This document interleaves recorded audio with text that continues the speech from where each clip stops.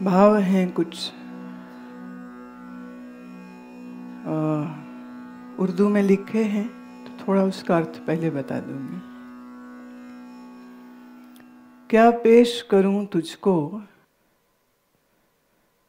क्या पेश करूं सद्गुरु, कोई चीज नहीं है। दिल ही मेरा ले लो, तजवीज यही है।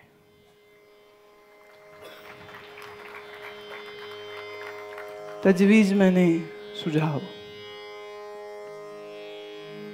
क्या पेश मतलब what should I give to you.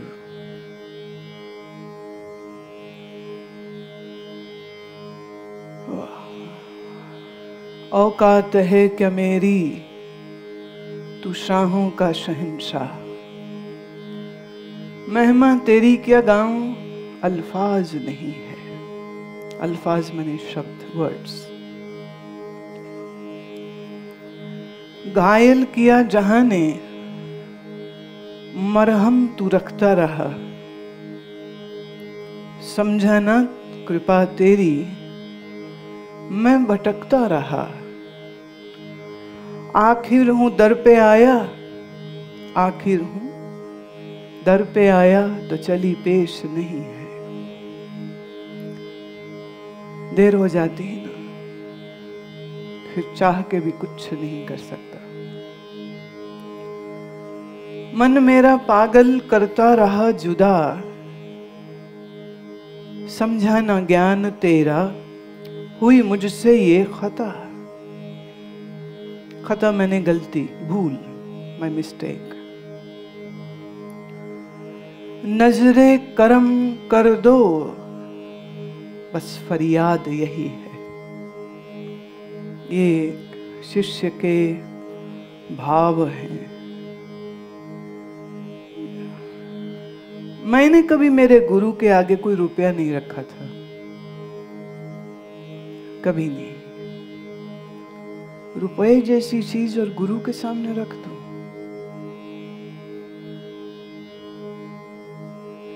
तौहीन इश्क है ये।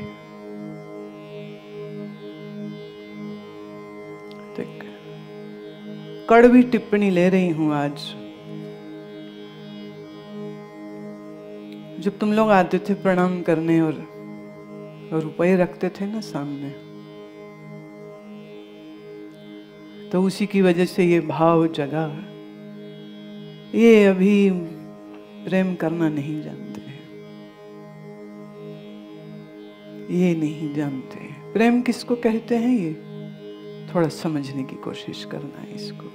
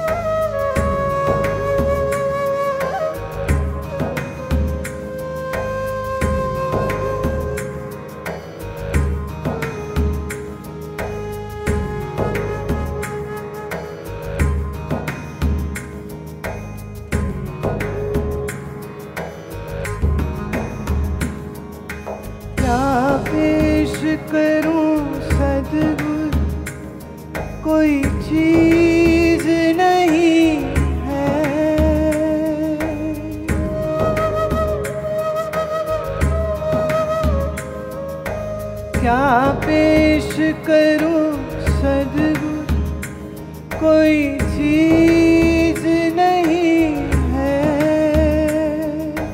दिल ही मेरा ले लो, तजवीज यही है। क्या पेश करूं सद्गुरु कोई चीज नहीं है, क्या पेश करूं सद्गुरु कोई चीज नहीं है, दिल ही मेरा ले लो, तजवीज यही है। क्या पेश करूं सद्गुरु कोई चीज नहीं है।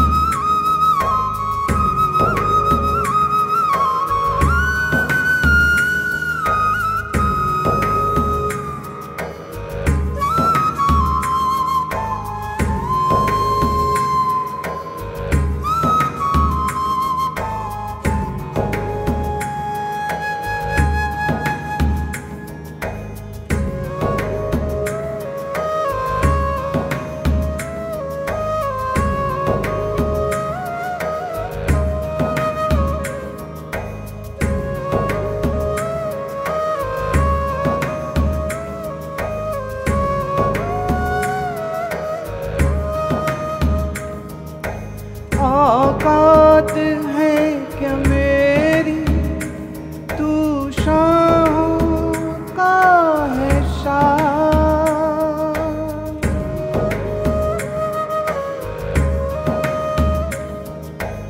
औकात है क्या मेरी, तू शाहों का है शाह।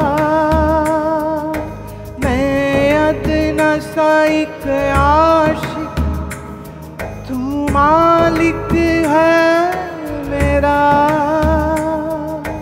मैं अदना सा एक आशिक, तू मालिक है मेरा। मेहमा तेरी क्या गाऊं, अल्फाज नहीं है। मेहमा तेरी क्या गाऊं, अल्फाज नहीं है, दिल ही मेरा ले लो, तजवीज यही है। दिल ही मेरा ले लो, तजवीज यही है। क्या पेश करूं सद्गुरु कोई चीज नहीं है।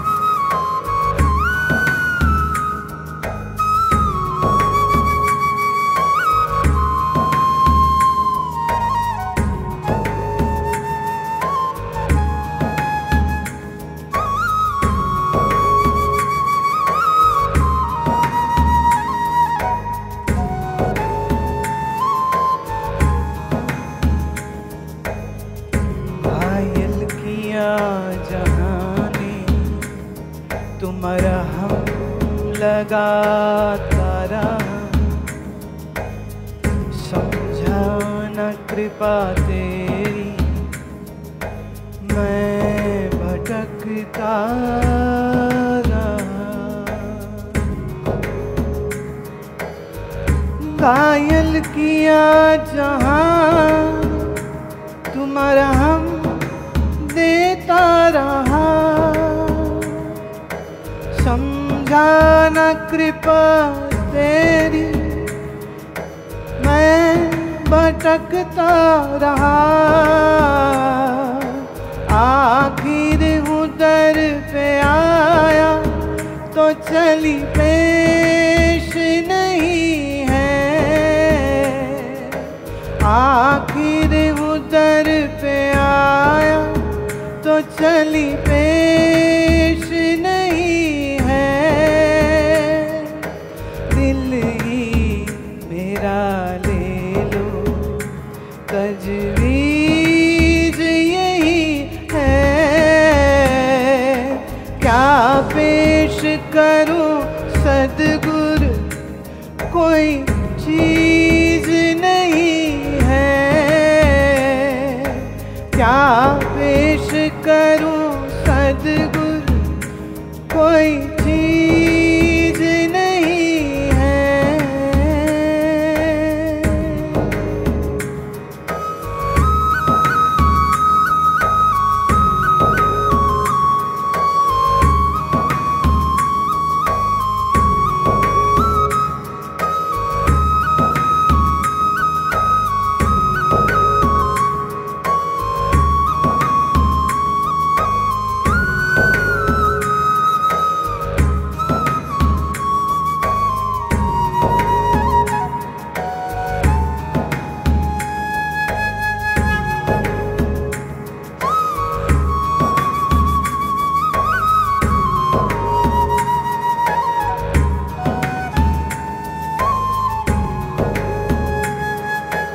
मन मेरा पागल करता रहा जुदा।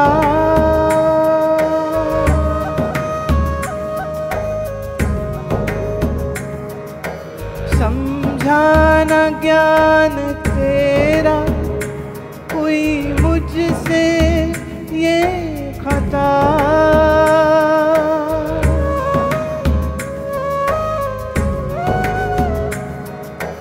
मन मेरा पागल करता रहा जुदा।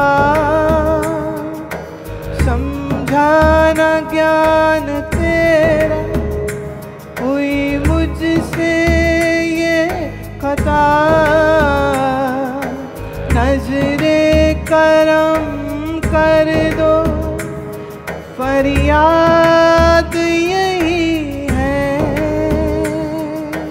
नजरे करम कर दो फरियाद यही है। दिल ही मेरा ले लो फरियाद यही है। क्या पेश करूं सद्गुर कोई चीज नहीं है। क्या पेश करूं सद्गुर कोई चीज नहीं है। दिल ही मेरा ले लो तजवीज यही है। क्या पेश करूं सद्गुर कोई चीज नहीं है। क्या पेश करूं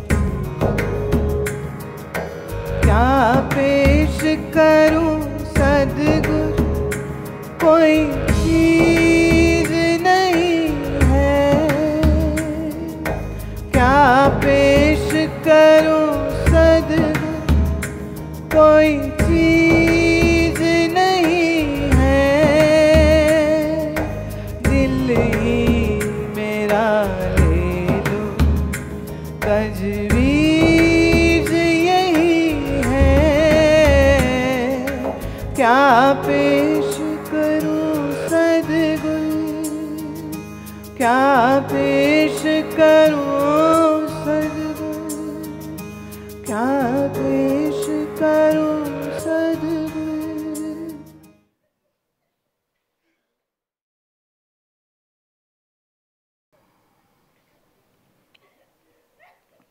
भाव की बात है, भाव दिए तो जा नहीं सकते हैं कि किसी को हम दे दें कि भाई ऐसे भाव करते हैं। प्रेम की वस्तु है, प्रेम किसी को सिखाया नहीं जा सकता कि ऐसे प्रेम करो। तो प्रेम और श्रद्धा के जो फूल हैं वो बड़ी मुश्किल से खिलते हैं, वो मुश्किल से खिलते हैं।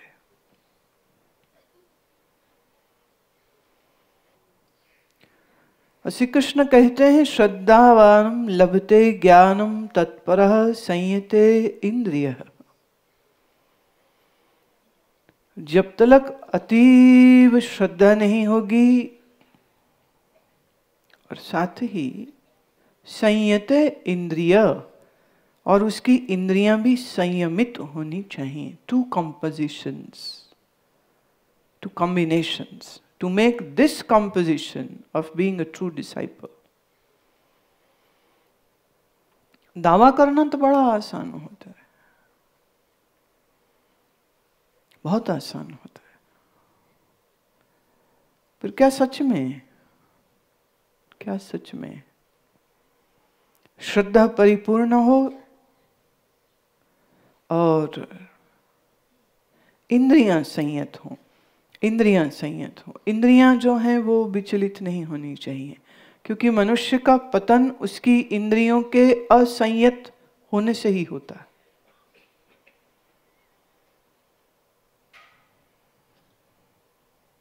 The senses are, I believe, your biggest enemy. Why? The eyes see so much worldly affairs and yet it wants to see more। कितना देखा आंखों से, ये देखा, ये देखा, ये देखा, दुनिया घूम ली, पर आंखें फिर भी कहती अभी कुछ और भी देखो। कान कहते कुछ और सुनो।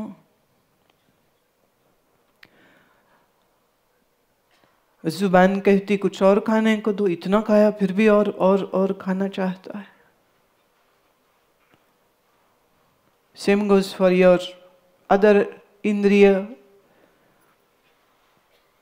The biggest enemy of a sadhak is just two actually.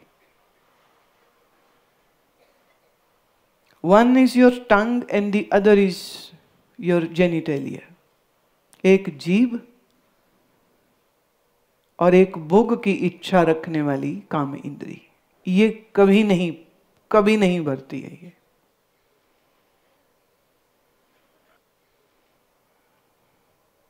जीभ खाने से नहीं थकती, और कितना ही स्त्री पुरुष एक दूसरे का भोग कर लें तो भी भोग की इच्छा नहीं जाती है, वो भी परी ही रहती है, वो भी नहीं जाती है। और दोनों का आपस में क्या अजब संतुलन है, क्या अजब रिलेशनशिप है। और देखा जाए तो हम अच्छा पहनते हैं इसलिए कि कोई हमें देखे, हम अच्छा दिखना चाहते हैं ताकि कोई हमें देखे, तो देखे तो क्या करे, क्या करेगा देख के।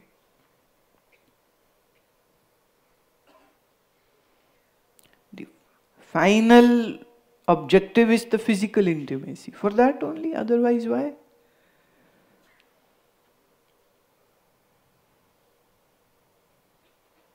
तो हमारी इंद्रियां, ये जो पंच ज्ञान इंद्रियां,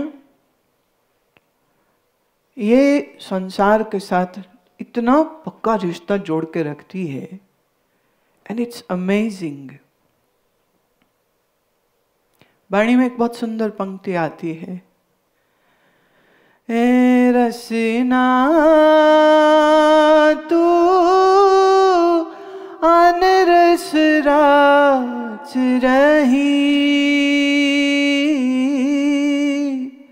तेरी प्यास ना जाए।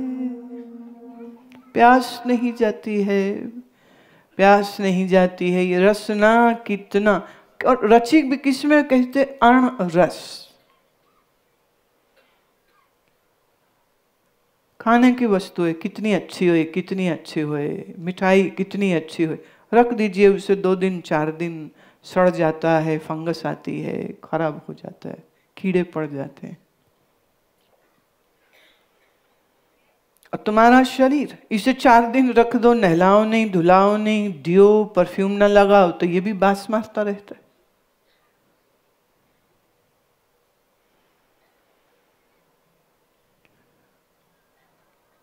तो देह देखें तो ये भी बिगड़ा हुआ है। वात पित्त कफ बिगड़े ही रहते। पित्त बिगड़ जाए तो पेट खराब, स्किन खराब, स्किन पिंपल ब्लेमिशेस से भर जाती है। पित्त खराब होने से ब्राजक पित्त खराब हो जाता है, पेट खराब, पूरे शरीर में इतना पित्त विकृत हो जाता है कि उसके पसीने से बदबू इतनी भयंकर आएगी। आप ऊपर से कितना ही इत्र परफ्यूम लगा लो, but the innate bad odor isn't going to go, it's still going to be there. मुंह में पायरिया हो जाता है लोगों के, मसूड़े खराब हो जाते हैं, उनके मुंह से इतनी बास आती है कि बात करना मुश्किल हो जाता है।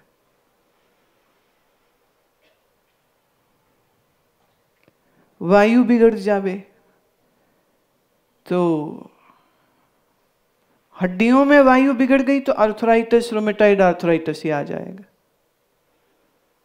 और ये कहीं वायु मस्तिष्क की बिगड़ गई तो उसको मेंटल डिजीजेस हो जाती है। इंसोम्निया, एपिलेप्सी, डिलेरियस, कुछ भी बोले जा रहे हैं पता ही नहीं है, दिन भर सोए रहे हैं पता ही नहीं है, ओसीडी बिहेवियर हो जाए, ये सब disorders, dissipated and vitiated vata is the reason for these diseases. मनोरोग जो हैं वो वायु के अंतर्गत आते हैं। अब जब हम वायु बोलते हैं तो आयुर्वेद में उसे all movements in the body are governed by the principle of vata, उसको वायु, ये हम बाहर वाली वायु की बात नहीं कर रहे। कफ बिगड़ जाए तो फ्लेम बहुत बनने लग जाता है, श्लेष्मा बनने लग जाती है। अब ये फिर जहां जहां जमा होती जाएगी वहीं पर तकलीफ, वहीं पर रोग आ जाते हैं। तो शरीर हमारा is always in the mode of decay,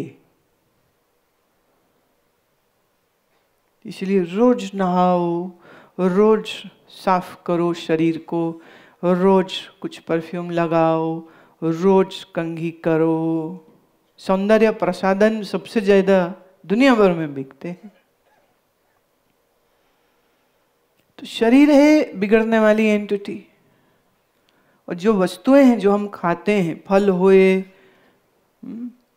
सब्जी होए, दूध हो, any edible thing is perishable again. तो पेरिशेबल मरनहारा शरीर मरनहारा वस्तुओं को खा के और कितना खुश होता है।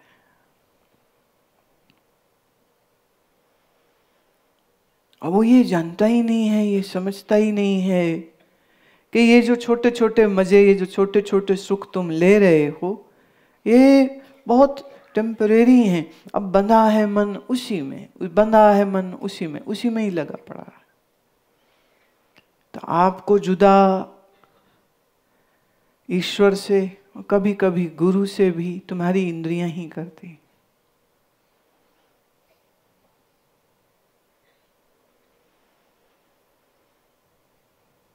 इसीलिए कहा इंद्रियों का संयमित होना बहुत आवश्यक है। Your senses should be in your command. हमारे शास्त्र ये नहीं कहते संसार गलत है और बुरा है तो इससे दूरी रहना चाहिए, पर वो ये जरूर कहता है कि तुम कितना भोग भोगोगे इसकी रेजिमेंटेशन तुम करो, तुम करो। संयत इंद्रियां, श्रद्धापूर्ण मन, दो चीजें चाहिए। तो धर्म की यात्रा उसी से शुरू होती है। अगर ये दो चीजें नहीं हैं, धर्म की यात्रा शुरू नहीं हो सकती।